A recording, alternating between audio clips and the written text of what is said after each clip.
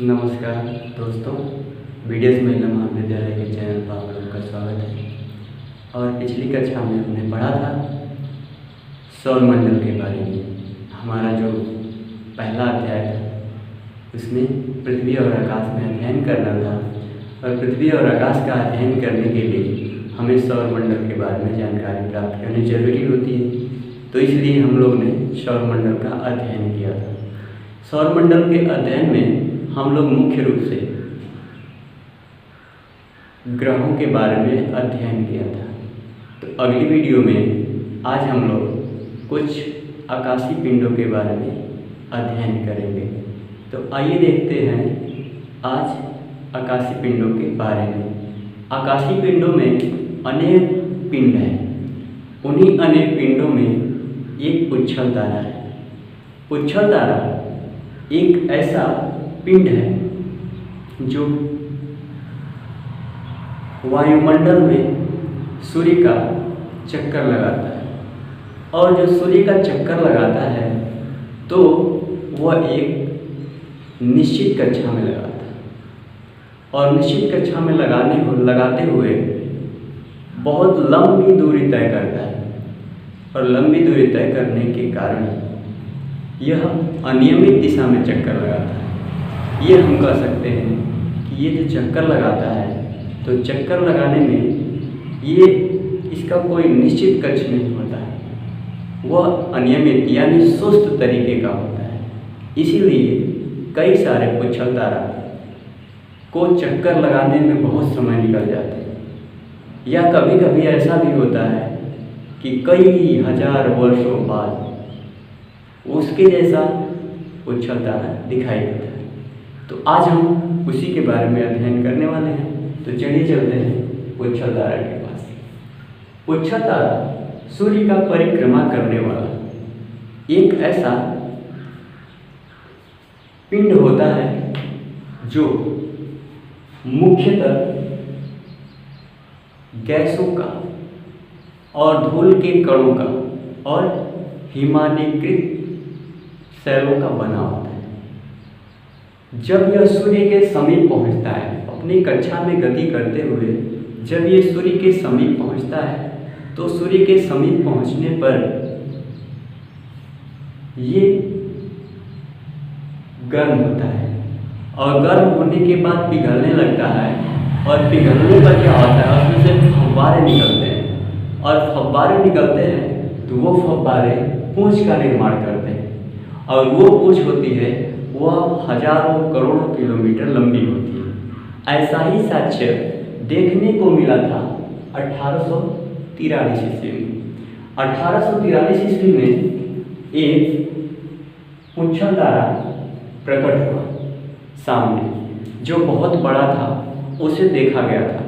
और वह जो था उसकी जो पूंछ थी वह 80 करोड़ किलोमीटर लंबी।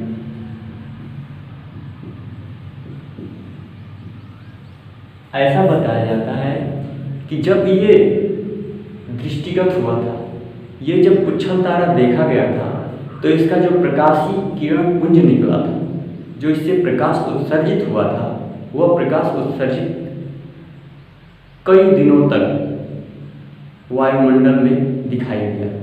तो यही होते हैं पुच्छल तारा। और पुच्छल तारा के अध्ययन के अंतर्गत हम सबसे प्रमुख पुच्छल तारा के बारे में अध्ययन करेंगे। और वो एक प्रमुख पुच्छल तारा क्या है जो 1986 में देखा गया था, जो हेली के नाम से जाना गया। हेली पुच्छल तारा। हेली पुच्छल तारा को एक और शब्द के नाम से जानते हैं, जिसको हम लोग कहते हैं धूमकेतु। आइए धूमकेतु के बारे में अध्ययन करते हैं।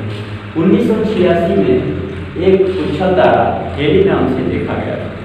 हेली जो पुच्छल तारा था वह ऐसा बताया गया, खगोल शास्त्रों के द्वारा अनुमानित रिसर्च पर बताया गया कि यह 76 वर्षों के बाद दिखाई देता है।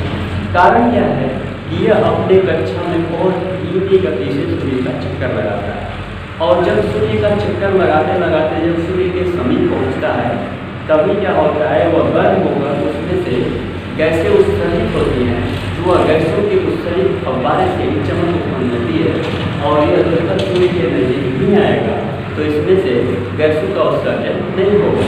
तो उसी प्रकार हेली धूमकेतु 1986 में दिखाई दिया था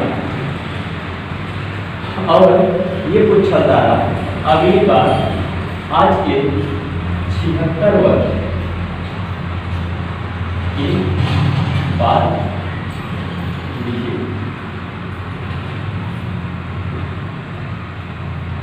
तो आपका सबसे मोस्ट इम्पॉर्टेंट पॉइंट कि जो पहली बार 1843 में एक उछल तारा देखा गया था जिसकी खोज 80 करोड़ किलोमीटर लंबी थी और 1986 में हेली नाम का धूमकेतु देखा गया जो एक प्रसिद्ध धूमकेतु था और ऐसा ही धूमकेतु 76 वर्ष बाद अर्थात 2062 में देखे जाने की संभावना है। तो हेली धूमकेतु जो है अगर सूर्य का चक्कर लगाएगा तो सूर्य का चक्कर लगाते लगाते पुनः जब सूर्य के समीप पहुंचेगा तो उसको पहुंचने में 2062 वर्ष लग सकते हैं। तो इसीलिए कहा जाता है कि हेली धूमकेतु अब जब दिखाई देगा तो 2062 में दिखाई देगा अर्थात 76 वर्ष के बाद दिखाई देगा। आइए इसके अलावा और कुछ अन्य धूमकेतुओं के बारे में जान लेते हैं। तो एक ऐसा धूमकेतु है जो सूर्य के नजदीक बहुत जल्दी से चला जाता है और उस धूमकेतु का नाम है एंकी धूमकेतु। एंकी धूमकेतु की सबसे एक प्रमुख बात है यह धूमकेतु 3-3 वर्ष के अंतराल पर दिखाई देता है और इसका अध्ययन हम नहीं करते।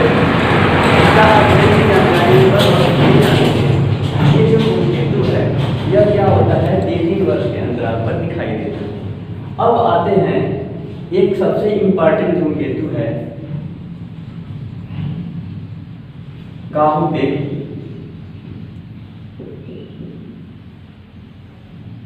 धूमकेतु।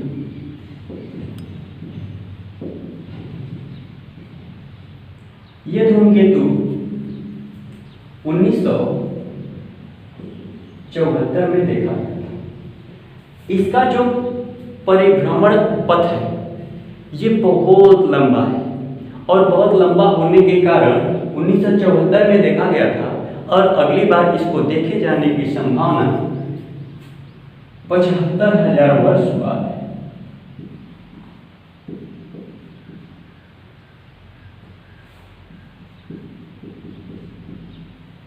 बात देखा जाएगा तो सबसे मुख्य इंपॉर्टेंट पॉइंट आपका हो जाता है कि एक 1843 में देखा गया था, दूसरा 1946 में देखा गया जो हेली धूमकेतु के नाम से जाना जाता है तथा यह 76 वर्ष बाद 2062 में देखे जाने की संभावना है। तथा एक एंकी धूमकेतु होता है जो एंकी धूमकेतु होता है वो 3-3 वर्ष के अंतराल पर आपको दिखाई देता है।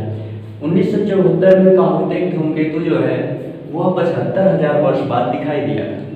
अब आइए जानते हैं क्षुद्र ग्रह क्या होते हैं। क्षुद्र ग्रह की सबसे प्रमुख बात कि जो जैसे ये सूर्य है और जब सूर्य की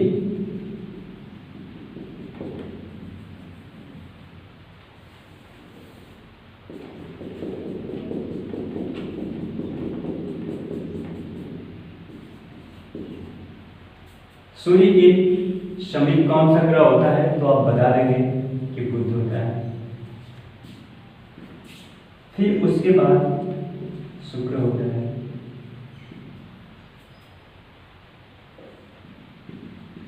और शुक्र के बाद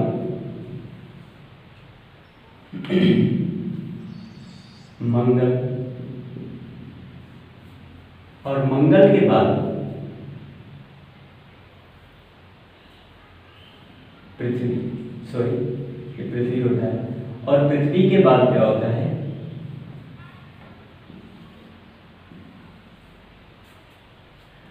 मंगल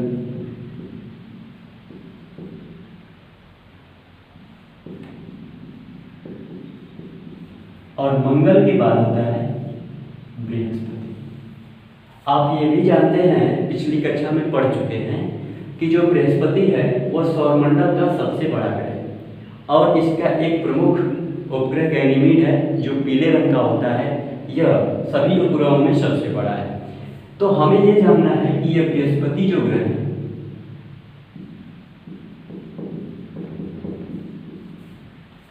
इस दोनों के बीच वायुमंडल में कुछ पिंड हैं और यह पिंड छोटे भी हैं और बड़े भी हैं। कारण क्या है कि यह पिंड वायुमंडल में ग्रहों की भांति सूर्य का चक्कर लगाते हैं। तो जब ग्रहों की भांति यह सूर्य का चक्कर लगाते हैं और ये मंगल और बृहस्पति दोनों के बीच स्थित हैं, इनको क्षुद्र ग्रह पट्टिका के नाम से जानते हैं। इनको क्षुद्र ग्रह पट्टिका के नाम से जानते हैं। कारण क्या है कि यह ग्रहों की भांति ही चक्कर लगाते हैं। तो इससे हमें यह पता चलता है कि यह जो है, वैज्ञानिकों ने बताया कि ये सूर्य का चक्कर अन्य ग्रहों की भांति ही लगाते हैं। तो इससे ये शोध किया गया और बताया गया कि जो क्षुद्र ग्रह है वह सबसे पहले एक ग्रह हुआ करता था और उस ग्रह के विस्फोट हो जाने के कारण यह पृथ्वी और मंगल और बृहस्पति के कक्ष में चक्कर लगाते हैं और यही पिंड जब चक्कर लगाते लगाते पृथ्वी के समीप पहुंचते हैं और पृथ्वी पर गिरते हैं तो कई गर्त बनाते हैं। यहाँ पर एक अपवाद है, इसलिए इसको यहीं छोड़ते हैं, अभी आगे इसी को बता देंगे। अब देखिए, इसी प्रकार का क्षुद्र ग्रह एक बृहस्पति के पास तक पहुंचता है जिसको हम लोग इरेकस के नाम से जानते हैं। इरेकस ये क्षुद्र ग्रह बृहस्पति के पास है। यह कह सकते हैं कि बृहस्पति के कक्ष में चक्कर लगाता है, सॉरी बुध के कक्ष में चक्कर लगाता है। ये इरेकस नाम का जो क्षुद्र ग्रह है यह अत्यंत बड़ा है और यह बृहस्पति के कक्ष तक पहुंच जाता है। आइए जानते हैं। तो सबसे क्षुद्र ग्रहों की दृष्टि में अगर देखा जाए तो एक सेरेस नाम का, सेरेस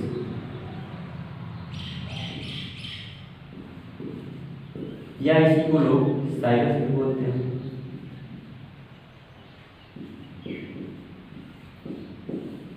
साइरस नाम का एक क्षुद्र ग्रह सर्वप्रथम पता लगाया गया था। इसका पता लगाने वाले इटली के खगोल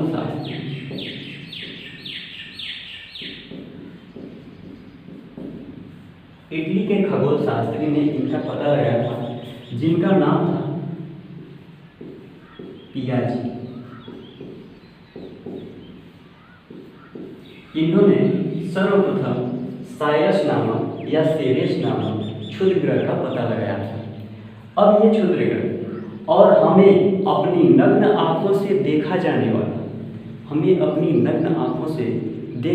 वाला एकमात्र क्षुद्र ग्रह फोरवेस्टा।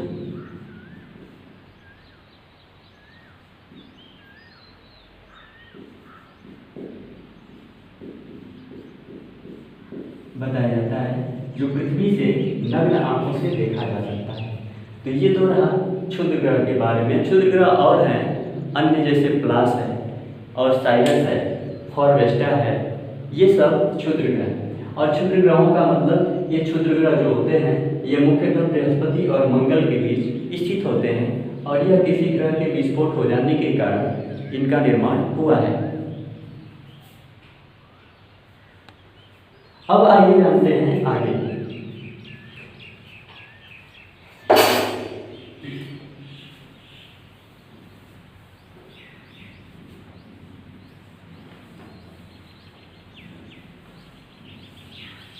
अगला हम लोग का पॉइंट जो है वो उल्का पिंड है।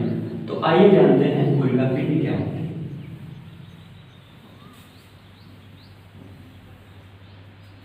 वायुमंडल में ये भी एक प्रकार का पिंड है जो सूर्य का चक्कर लगाता है, और जब सूर्य का चक्कर लगाते लगाते सूर्य के समीप पहुंचता है तो ये जल उठता है, और जब जल उठता है तो अगर वह सूर्य का चक्कर लगाते हुए अगर पृथ्वी के समीप से गुजरता है, वह जलता हुआ पदार्थ अगर वह पृथ्वी के समीप से गुजरता है तो पृथ्वी उसको क्या करती है कि अपनी ओर आकर्षित कर लेती है।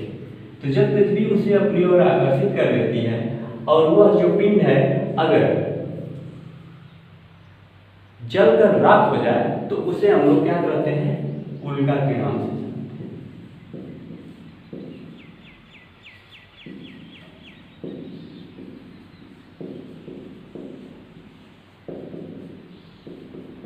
उल्का के नाम से कब जानते हैं, जब कोई पिंड वायुमंडल में सूर्य का चक्कर लगाते हुए जब सूर्य के समीप पहुंचता है तो वो जल उठता है और जल कर राख होता है और वह हमें पृथ्वी से दिखाई देता है, उसे हम उल्का के नाम से जानते हैं।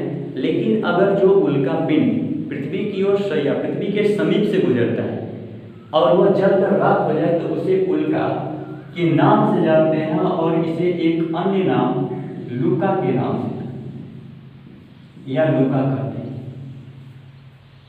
इसके साथ साथ ही अगर कोई उल्का पिंड पूर्णतः नष्ट नहीं हुआ है और वह पृथ्वी पर आकर गिरता है तो इसको हम लोग क्या कहते हैं, उल्का पिंड कहते हैं। उल्का पिंड कहते हैं। जब कोई पिंड पृथ्वी के समीप से गुजरता है जलता हुआ और वह पृथ्वी पर पूरा जल कर नहीं, अर्थात क्या, वह पूर्णतः जलता हुआ नहीं, कुछ भाग पृथ्वी पर आके टकराता है या गिरता है तो उसको हम लोग उल्का कहते हैं। अब ध्यान देने की बात यही है, क्षुद्र ग्रह जो होते हैं कि क्षुद्र ग्रह अगर पृथ्वी से टकराते हैं तो भी गर्त का निर्माण करते हैं, और जो उल्का पिंड होते हैं वो पृथ्वी से टकराते हैं तो भी गर्त का निर्माण करते हैं। और हम इसका एक प्रमाण देखने को मिलता है लोनार झील।